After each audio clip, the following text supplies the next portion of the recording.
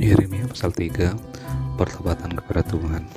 Firman-Nya, jika seseorang menceraikan istrinya, lalu perempuan itu pergi daripadanya dan menjadi istri orang lain, akan kembali ke laki-laki yang pertama kepada perempuan itu. Bukankah negeri itu sudah tetap cemar? Engkau telah berzina dengan banyak kekasih dan mau kembali kepadaku. Demikianlah firman Tuhan. Layangkanlah matamu ke bukit-bukit gundul dan lihatlah, di manakah engkau tidak pernah ditiduri. Di pinggir jalan-jalan kau duduk menantikan kekasih, seperti seorang Arab di padang gurun. Engkau telah mencemarkan negeri dengan zinamu dan dengan kejahatan. Sebab itu dirus hujan tertahan dan hujan pada akhir musim tidak datang. Tetapi dahimu adalah dahi perempuan sundal, engkau tidak mengenal malu. Bukankah baru saja engkau memanggil aku Bapakku? Engkaulah kawanku sejak kecil. Untuk selama-lamanya ia akan murka dan menaruh dendam untuk seterusnya. Demikianlah katamu, namun engkau sedapat-dapatnya melakukan kejahatan. Ayat 6, Israel dan Yehuda diajak kembali kepada Tuhan. Tuhan berfirman kepadaku dalam zaman Raja Yosia, sudahkah engkau melihat apa yang dilakukan Israel, perempuan murtad itu? Bagaimana dia naik ke atas setiap bukit yang menjulang dan pergi ke bawah setiap pohon yang rimbun untuk bersundal di sana? Pikirku, sesudah melakukan semuanya ini, ia akan kembali kepadaku, tetapi ia tidak kembali. Hal itu telah dilihat oleh Yehuda, saudaranya perempuan yang tidak setia. Dilihatnya bahwa oleh karena zinahnya aku telah menceraikan Israel, perempuan murtad itu, dan memberikan kepadanya surat cerai. Namun Yehuda, saudaranya perempuan yang tidak setia itu, tidak takut, melainkan ia juga pun pergi bersundal. Dengan sundalnya yang sembrono itu, maka ia mencemarkan negeri dan berzina dengan menyembah batu dan kayu. Juga dengan semuanya ini, Yehuda, saudaranya perempuan yang tidak setia itu, tidak kembali kepadaku dengan tulus hatinya, tetapi dengan pura-pura. Demikianlah firman Tuhan. Dan Tuhan berfirman kepadaku, Israel, perempuan murtad itu, membuktikan dirinya lebih benar daripada Yehuda, perempuan yang tidak setia itu. Pergilah menyerukan perkataan-perkataan ini ke utara, katakanlah, kembalilah ya Israel, perempuan murtad, demikianlah firman Tuhan.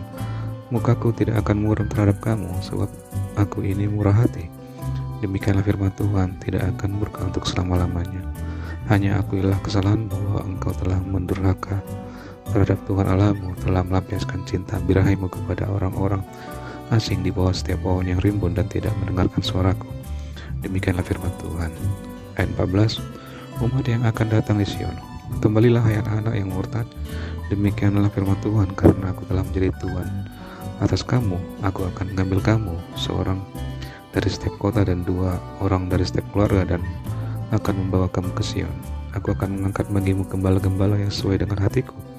Mereka akan menggembalakan kamu dengan pengetahuan dan pengertian.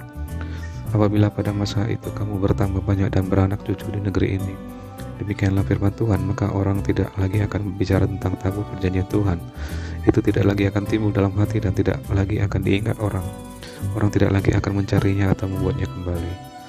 Pada waktu itu Yerusalem akan disebut tahta Tuhan, dan segala bangsa akan berkumpul ke sana demi nama Tuhan ke Yerusalem, dan mereka tidak lagi akan bertingkah langkah menurut kedegilan hatinya yang jahat.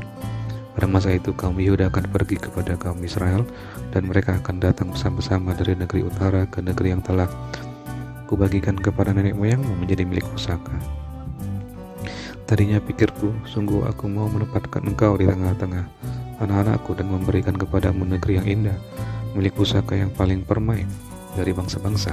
Pikirku, engkau akan memanggil aku Bapakku, dan tidak akan berbalik dari mengikuti aku. Tetapi sesungguhnya seperti seorang istri yang tidak setia terhadap temannya, demikianlah kamu tidak setia terhadap aku, hai kamu Israel. Demikianlah firman Tuhan. Dengar, di atas bukit-bukit gundul kedengaran tangis memohon-mohon dari anak-anak Israel, sebab mereka telah memilih jalan yang sesat dan telah melupakan Tuhan Allah mereka. Kembalilah hai anak-anak yang murtad, aku akan menyembuhkan engkau dari murtadmu. Inilah kami yang datang kepadamu, sebab engkaulah Tuhan Allah kami. Sesungguhnya bukit-bukit pengorbanan adalah tipu daya, yakni keramaian di atas bukit-bukit itu. Sesungguhnya hanya pada Tuhan Allah kita ada keselamatan Israel.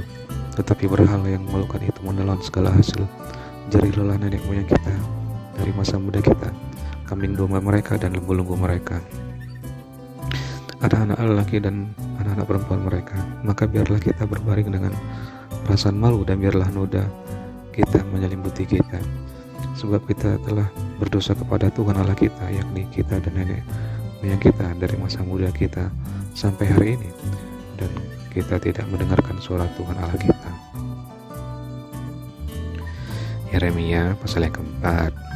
Jika engkau mau kembali, hai Israel, demikianlah firman Tuhan, kembalilah engkau kepadaku, dan jika engkau mau menjauhkan dewa-dewamu yang menjijikkan, tidak usahlah engkau melarikan diri dari hadapanku. Dan jika engkau bersumpah dalam kesetiaan, dalam keadilan dan dalam kebenaran demi Tuhan yang hidup, maka bangsa-bangsa akan saling memberkati di dalam Dia dan akan bermegah di dalam Dia.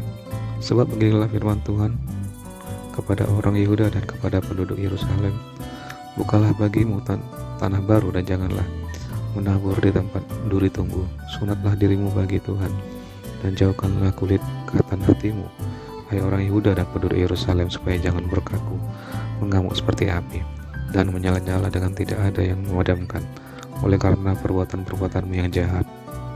Ayat kelima, Yehuda mendapat ancaman dari utara. Beritahukanlah di Yehuda dan kabarkanlah di Yerusalem. Tiuplah sangkakala di dalam negeri, berserulah keras-keras, berkumpullah dan marilah kita pergi ke kota-kota yang berkubu. Angkatlah panji-panji ke arah Sion. Cepat-cepatlah kamu mengungsi, jangan tinggal diam. Sebab aku mendatangkan malapetaka dari utara dan kehancuran yang besar, sehingga telah bangkit dari belukar. Pemusnah bangsa-bangsa telah berangkat, telah keluar dari tempatnya, untuk membuat negerimu menjadi tandus. Kota-kotamu akan dijadikan puing, tidak ada yang mendiaminya.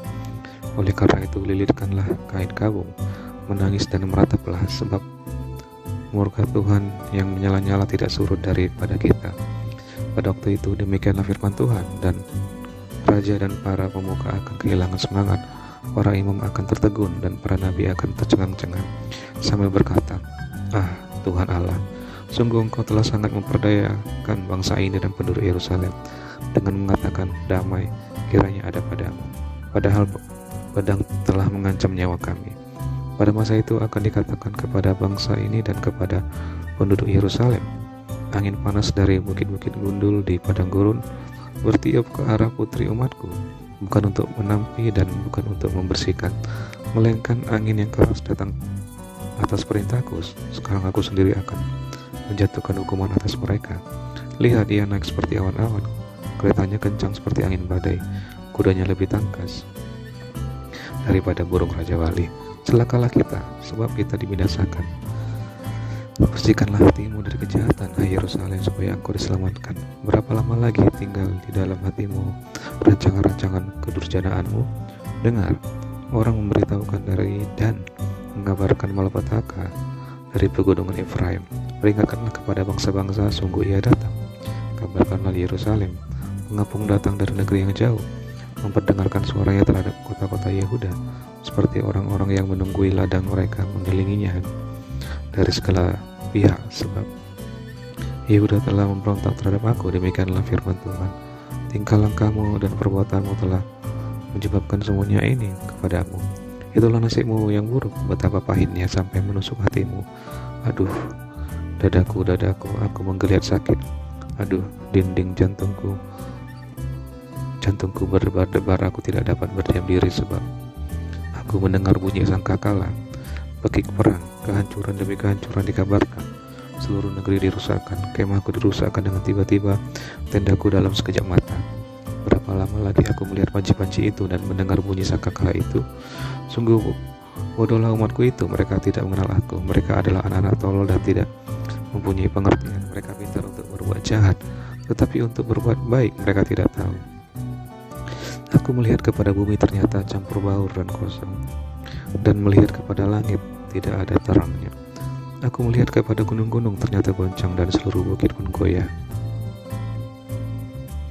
Aku melihat ternyata tidak ada manusia, dan semua burung di udara sudah lari terbang. Aku melihat ternyata tanah subur sudah menjadi padang gurun, dan segala kotanya sudah runtuh di hadapan Tuhan, di hadapan murkanya yang menyala-nyala. Sebab beginilah firman Tuhan, seluruh negeri ini akan menjadi sunyi sepi, tetapi aku tidak akan membuatnya habis lenyap. Karena hal ini bumi akan berkabung dan langit di atas akan menjadi gelap. Sebab aku telah mengatakannya, aku telah merancangkannya. Aku tidak akan menyesalinya dan tidak akan mundur daripada itu.